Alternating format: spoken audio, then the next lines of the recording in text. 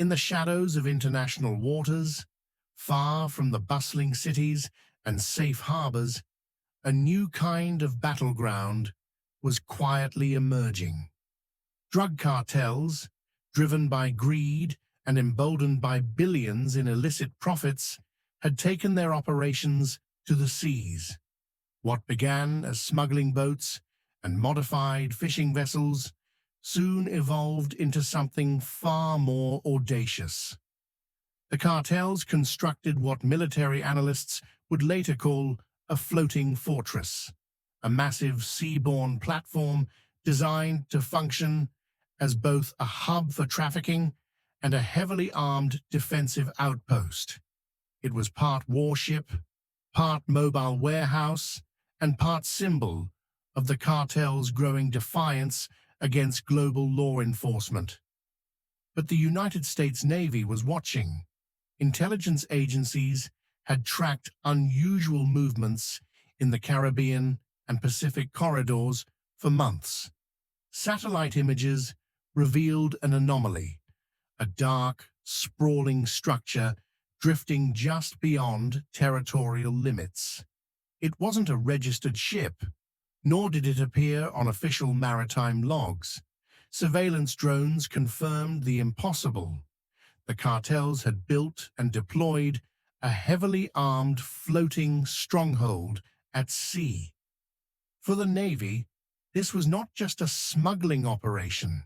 It was a direct challenge to U.S. military dominance and maritime security. The fortress itself was unlike anything the Navy had encountered in cartel operations before. Measuring nearly the length of a football field, it carried mounted weapons salvaged from the black market, heavy machine guns, improvised rocket launchers, and reinforced plating to withstand small arms fire. Its decks housed helipads, barracks for fighters, and concealed compartments filled with narcotics valued at billions. To the cartels, this was untouchable, a mobile empire that could not be cornered. To the U.S. Navy, it was an unacceptable threat. The decision was made in the Pentagon's war rooms. The fortress had to be destroyed. Operation Silent Tide was born. This mission would not only neutralize the floating cartel citadel, but also send a message to every criminal organization that dared test American resolve on the open seas. The operation would require precision, overwhelming firepower, and complete secrecy. The planning phase stretched for weeks. Navy SEAL teams gathered intelligence from informants and defectors. Satellites tracked every drift of the fortress across ocean currents. Electronic warfare specialists intercepted cartel communications, revealing both arrogance and paranoia within the enemy ranks. The cartel leaders believed their fortress was invincible, far beyond the reach of law, tucked away in international waters, shielded by corruption and fear. What they didn't realize was that their confidence was exactly what gave away their weakness. As the sun set on the eve of the strike, U.S. forces began their silent advance. The USS Zumwalt, a futuristic stealth destroyer with advanced radar-evading technology, moved into position. Flanking it were Arleigh Burke-class destroyers and submarines lurking beneath the waves. High above, P-8 Poseidon reconnaissance planes scanned the waters, while MQ-9 Reaper drones transmitted live footage of the fortress in chilling clarity. On the decks of the fortress, cartel soldiers lounged with weapons, unaware that death was approaching them like a storm. At 0:30, the order was given. The operation commenced with a calculated show of dominance.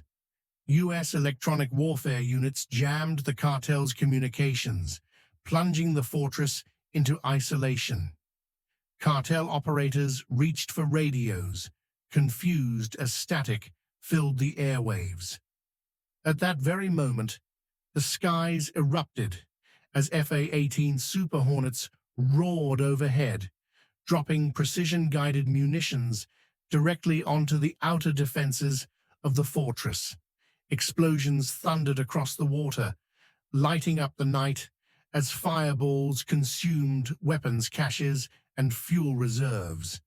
The fortress shook violently. Cartel gunners scrambled to their positions, firing blindly into the darkness at enemies they couldn't see.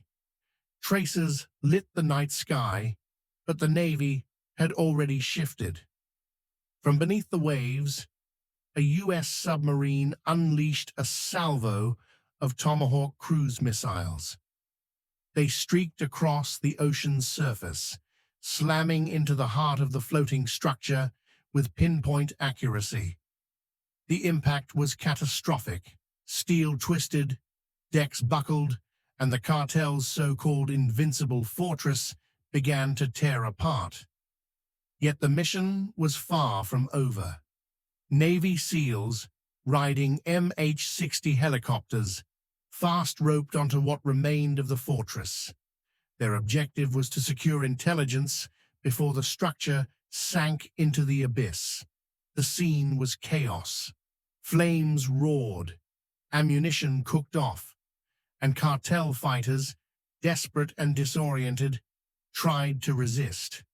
But the SEALs moved like shadows, cutting through resistance with surgical precision.